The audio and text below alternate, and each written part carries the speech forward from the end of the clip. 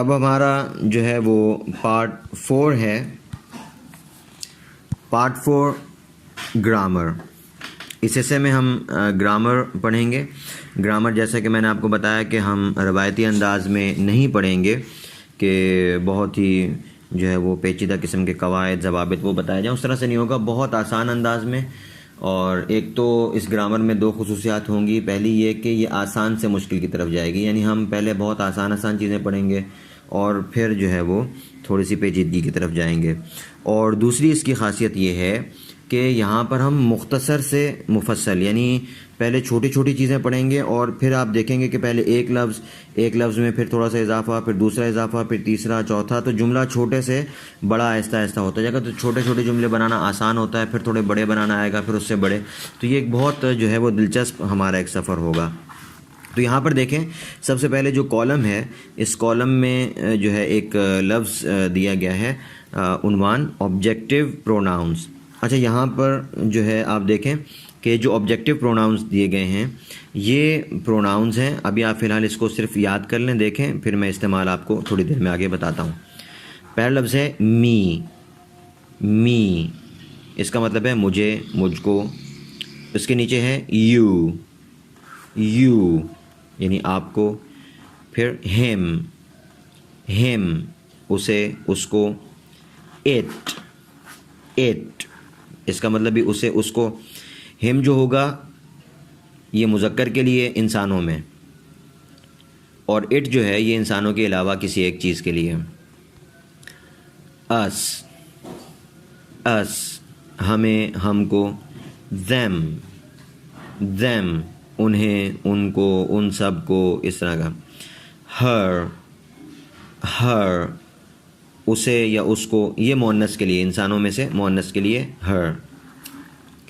अच्छा, अब जो ग्रामर का हमारा असल हिस्सा है वो नीचे है, इम्पेरेटिव्स उन जुमलों को कहा जाता है, उन अल्फाज को, जुमलों को कहा जाता है जिसमें आप किसी चीज़ का हुक्म देते हैं या कोई दरख्वास्त करते हैं। मसलन आप कहते हैं कि यार ये कलम देना भाई, अपना मोबाइल देना, मुझे ये कहानी दो, ये मसलन आप कहते हैं कि पानी दें मुझे। तो इस तरह कोई भी चीज़ मांगना या किसी चीज़ का हुक्म देना कि ये काम करो, बाहर जाओ, अंदर आएँ, बैठ जाएं, खड़े हो जाएं, सही है। तो हुक्म देने वाले जुमले और कोई चीज़ तलब करने के लिए जो जुमले होते हैं ये हमारे रोज़मर्रा ज़िंदगी में इस्तेमाल होते हैं। तो इम्पेरेटिव से मुराद वो जुमले हैं। ये बनाना का तरीका क्या है? बहुत आसान है।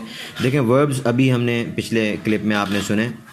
वर्ब्स जो हैं उसकी जो पहली फॉर्म है, सिर्फ पहली फॉर्म अगर आप ले लें तो वो हुक्म के लिए होती है। मसलन आपने वर्ब आज जो है वो एक आपने वर्ब पढ़ा गिव, तो गिव का मतलब है दें। टेक आपने वर्ब पढ़ा टेक, पहली फॉर्म। आप सिर्फ जब टेक बोलेंगे इसका मतलब है लें, सही है। इसी तरह पहला जो वर्ब उसमें आपने पढ़ा रीड का मतलब पढ़ें, सही है। जैसे कुरान पाक में जो लफ्ज़ है इक़रा, तो इक़रा का तर्जुमा हम करेंगे रीड, बस। इक़रा का मतलब क्या है? रीड, ठीक। इस तरह टेल बताएं। आपने वर्ब्स में पढ़ा टीच पढ़ाएं, सपोज़ फ़र्ज़ करें, किल कत्ल कर दें, स्टॉप रुक जाएं, टॉक बोलें, टेस्ट चेक करें, सही है। तो ये जो पहली फॉर्म है ये हुक्म देने के लिए होती है। तो इतनी समझ में आ गई कि हमने जो वर्ब्स पढ़े उसमें से पहली फॉर्म का हमें एक इस्तेमाल आ गया कि हम इस तरीके से किसी चीज़ का हुक्म देने के लिए, कोई दरख्वास्त करने के लिए, किसी से कोई बात कहने के लिए हम पहली फॉर्म इस्तेमाल करते हैं। फिर इसमें थोड़ा सा इजाफा हो सकता है। मसलन ये जो इम्पेरेटिव्स के नीचे जुमले लिखे हुए हैं, इसमें पहले जुमला लिखा हुआ है गिव हिम, यानी अगर हमने एक तो कहना है सिर्फ दें तो हम बोलेंगे गिव। अगर यूँ बोलना हो कि उसे दें, सही है, यानी आगे आप ऑब्जेक्ट यानी मफूल को भी जिक्र कर रहे हैं। मफूल को इंग्लिश में ऑब्जेक्ट कहते हैं। सिर्फ मफूल को ऑब्जेक्ट नहीं कहते, और भी चीज़ होती है जिसको ऑब्जेक्ट कहा जाता है, लेकिन मफूल को भी ऑब्जेक्ट कहा जाता है। तो खैर, तो अगर आप मफूल का भी जिक्र करना चाहेंगे तो ये जो आपने हमें ऊपर जो आपको अल्फाज कॉलम में लिखे हुए नज़र आ रहे हैं, me, us, you, them, him, her, it, ये अल्फाज वो हैं कि आप इसको ऑब्जेक्ट बना सकते हैं। यानी उसे दें, गिव हिम। अगर आपने कहना हो कि मुझे दें, गिव मी। उन्हें दें, गिव देम। हमें दें, गिव अस। और किसी इंसान के अलावा किसी चीज़ के लिए कहना हो कि उसे दें तो आप कहेंगे गिव इट। या मोनस के बारे में अगर आपने कहना हो कि उसे दें तो आप कहेंगे गिव हर, ठीक है। अच्छा, इसी तरह अगर आपने कोई चीज़ के बारे में कहना हो कि फ़लाँ चीज़ दें, मसलन किताब दें तो आप कहेंगे गिव बुक। अगर आपने कहना हो कि मुझे किताब दें, गिव मी बुक। ठीक है, वर्ब, उसके बाद ऑब्जेक्टिव प्रोनाउन और उसके साथ कोई भी प्रोनाउन, कोई और नाउन, जो चीज़ आप देने का कह रहे हैं। अब ये मिसालें देखें, ये मिसालें मैं आपके सामने पढ़ देता हूँ, फिर आपने नीचे एक्सरसाइज जो है वो हल करनी है। पहली मिसाल में लफ्ज़ लिखा हुआ गिव हिम, उसे दें। दूसरा जुमला लिखा हुआ give him medicine, give him medicine, उसे दवाई दें। आगे लिखा हुआ टॉक, टॉक मतलब बात करें, टॉक टू मी, मुझसे बात करें। Read the news, read the news, ख़बर पढ़ें या ख़बरें पढ़ें। Tell the truth, tell the truth, सच बताएं। टेल अस, हमें बताएं। टेल अस द ट्रूथ, हमें सच बताएं। सपोज़, फ़र्ज़ करें। स्टॉप, रुक जाएं। स्टॉप इट, उसे रोकें। स्टॉप द क्रिमिनल, मुजरिम को रोकें। टेल, बताएं। टेल द प्रिंसिपल, प्रिंसिपल को बताएं। टेल द न्यू प्रिंसिपल, नए प्रिंसिपल को बताएं। रीड, पढ़ें।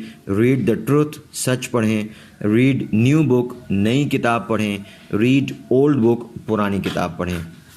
यहाँ पर ये जो आखिरी दो जुमले हैं, इनमें आप देखें कि जो है वो वर्ब है, पहले वर्ब की पहली फॉर्म रीड, उसके बाद एडजेक्टिव है न्यू, और उसके बाद नाउन है। यानी आपने अगर यूँ कहना है मिसाल के तौर पे किताब पढ़ें तो आप कहेंगे रीड द बुक, किताब पढ़ें।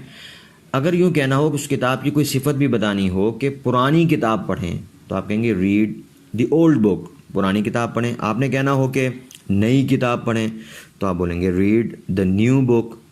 आपने कहना हो कि ताज़ा किताब पढ़ें, आप कहेंगे रीड द फ्रेश बुक। कहना हो कि अच्छी किताब पढ़ें तो आप कहेंगे रीड गुड बुक। सही है। तो यहाँ पर यानी हुक्म देने के लिए वर्ब की पहली फॉर्म, फिर उसके बाद अगर आप ज़मीर की शक्ल में मफ़ूल ला रहे हैं तो वो कौन से हैं? Me, you, him, it, us, them, her, जो पार्ट 4 में आपको ऑब्जेक्टिव प्रोनाउंस में लिखे हुए आ रहे हैं नज़र।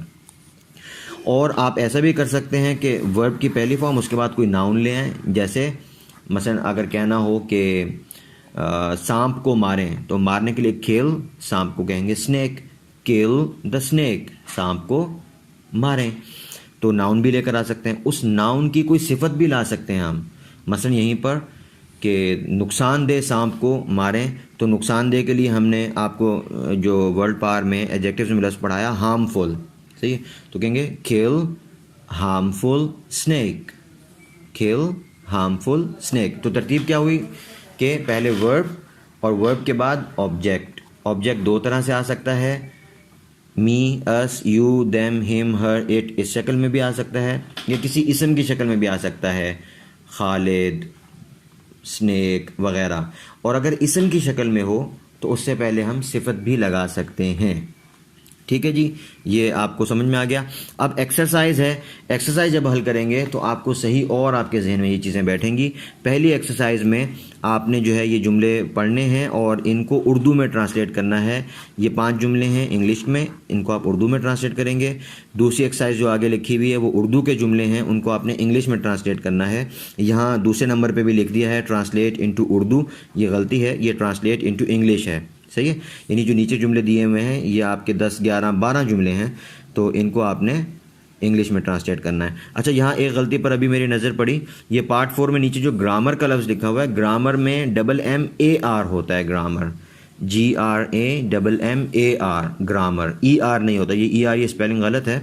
तो इसको इंशाल्लाह अगले लेसन में हम ठीक कर लेंगे। आज के लेसन में तो चले ये वैसे ही चला गया। तो अल्लाह हाफिज़। उम्मीद है आपको सबक पसंद आया होगा। इसकी जो एक्सरसाइज है उसे ज़रूर हल करें। एक बार फिर ये अर्ज़ कर रहा हूँ कि एक्सरसाइज हल किए बग़ैर इन लेसन्स का फ़ायदा नहीं होगा, तो ज़रूर एक्सरसाइज हल करें। पार्ट 4 में आपके पास एक्सरसाइज है और आपके पास पार्ट 2 में मैंने कहा है कि इनको आप याद करें। अगर कोई इनको भी रिकॉर्ड करके पार्ट 2 की जो एक्सप्रेशंस हैं वो मुझे भेजना चाहता है तो वो भी बिल्कुल भेजे। और पार्ट 1 में आपको एक्सरसाइज दी गई है रीडिंग की, इसको आपने पढ़ना है। बात साथ ही इस रीडिंग वाले हिस्से पर कोई ख़ास तवज्जो नहीं देते कभी कभी, तो ये ऐसा ना करें, ये बहुत अहम है। जैसा कि मैंने बताया कि पढ़ा लिखा उसको कहते हैं जिसको पढ़ना और लिखना आता हो। तो ये पहला हिस्सा आपको पढ़ना सिखाएगा, इसको बहुत फोकस करें, इस पर तवज्जो दें। और एक मरतबा फिर मैं उम्मीद करता हूँ आपको सबक पसंद आया होगा। और मशक़ें आप हल करेंगे इंशाअल्लाह। आपके जो मशक़ें हैं मैं उनका मुंतज़िर रहूँगा। अस्सलामु अलैकुम व रहमतुल्लाहि व बरकातुहू।